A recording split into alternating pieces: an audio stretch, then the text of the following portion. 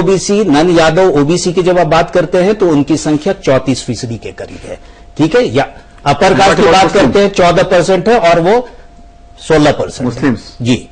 अब स्थिति क्या है उसमें कि आप जिस बड़े कुर्मी वोट की बात होती है जिसको नीतीश कर रहे हैं, 4% उनका सिर्फ है।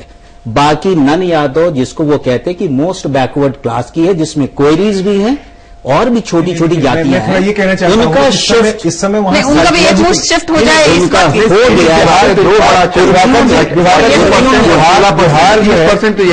बिहार को 14% यादव वोट और 16% मुस्लिम। बिहार में जो इस समय हो रहा है वो भी उतना ही आश्चर्यजनक है जितना मोदी लहर। पर मेरे क्या हो रहा है, थोड़ा आगे इस पे बढ़ना पड़ेगा, क्योंकि अब हम बिहार और यूपी से थोड़ा आगे बढ़े तो हम मोदी ये बातें ये जो एक बात मैं कहना चाहता हूं, वहां पर एक जो बड़ी साइकोलॉजिकल वारफेयर चल रही है कि बैकवर्ड्स को लग रहा है, दलित और मुस्लिम तो यादव और मुस्लिम तो इकट्ठा ही है, अदर बैकवर्ड कास्ट को ये लग रहा है कि अगर बीजेपी आ गई तो सवर्ण डोमिनेंस बढ़ जाएगा फिर यहाँ, और ये फियर साइकोसिस उनको जोड़ रहा है।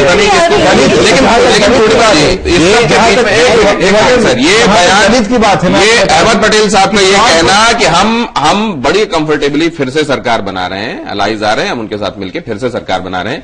पहले का बयान कि हम उसमें समर्थन देकर सरकार बना देंगे, और अब ये कि हम कंफर्टेबली सरकार बना रहे हैं, ये क्या दिखा रहा है? ये दिखा रहा है कि कांग्रेस अपना, ये जो बिहार की हम बात कर रहे हैं कि कांग्रेस फिर से रिसर्जेंस वाले मोड में आ गई है, वो शायद उनको भी थोड़ा आभास हो गया है, क्योंकि यूपी और बिहार में इतना क्लीन स्वीप बीजेपी का नहीं हो रहा है, और जब तक यूपी और बिहार में ये बहुत संख्या में सीटें नहीं जीतेंगे, इनका वो आंकड़ा पहुंचता नहीं है, और ये शायद अहमद पटेल जी को समझ में आ गई है। बद्री, लेकिन एक बात आपने देखा होगा कि सबसे स्पेसिफिक बात उस पूरे इंटरव्यू में अगर कोई है तो वो ये है जिसमें कि उन्होंने एक तरह से माना है कि नहीं आएंगी उनकी ज्यादा सीटें, तो वो कह रहे हैं कि अगर कम्युनल फोर्सेस को रोकने के लिए कोई भी कुर्बानी देनी पड़ी तो हम तैयार हैं, और अलायंस को हम बाहर से भी समर्थन देने के लिए तैयार हैं। इसमें एक बात ऐड कर दूं मैं, आज अहमद पटेल ने मुझे कॉल करके ये जो मैसेज इस बात का खंडन किया है। हल्का इसमें एक बात तो मुझे आज अहमद पटेल साहब ने कॉल किया था अहमदाबाद में, और उन्होंने कहा कि टाइम्स ऑफ इंडिया में जो ये स्टोरी छपी है कि मैंने थर्ड फ्रंट के गवर्नमेंट को समर्थन देने की बात की है, मैं इसका पूरे तौर पर खंडन करता हूं। मैंने ये नहीं, तो उन्होंने एक स्टेटमेंट क्यों नहीं जारी की? उन्होंने किया है, मेरे पास आ गया है। मैं स्पेसिफिकली इसका खंडन करता हूं कि आपको उन्होंने क्या किया, दैट इज ऑन रिकॉर्ड।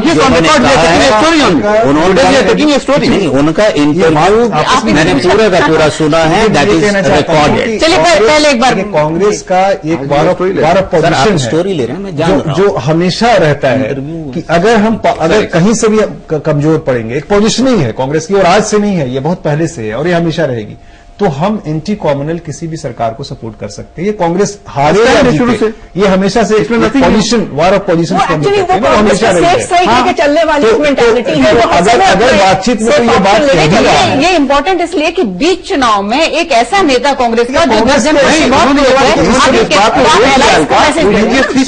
आप एलाइज को एक मैसेज दे रहे हैं। मेरी ये बात से बयानों को तोड़ती मोड़ती है, उसका मैं भी भुक्तभोगी हूं, आप लोग भी भुक्तभोगी होंगे, कैसे उसमें से क्या निकाल लेती है क्या नहीं, और इनसे उन्होंने कहा नहीं। लेकिन एक बात ये बताइए, एक सेकंड, और ये सवाल फैजल साहब से है। फैजल साहब, ये बात ठीक है कि उन्होंने कह दिया, ये क्लियर कर दिया, लेकिन दिग्विजय सिंह का बयान उसी समय आता है जिसमें वो कहते हैं कि देखिए ये आज के गठबंधन युग में ये न तो व्यवहारिक है, इसमें आदर्शवादिता ज्यादा है, और ये कारगर भी नहीं है कि आप बाहर से किसी को समर्थन दें।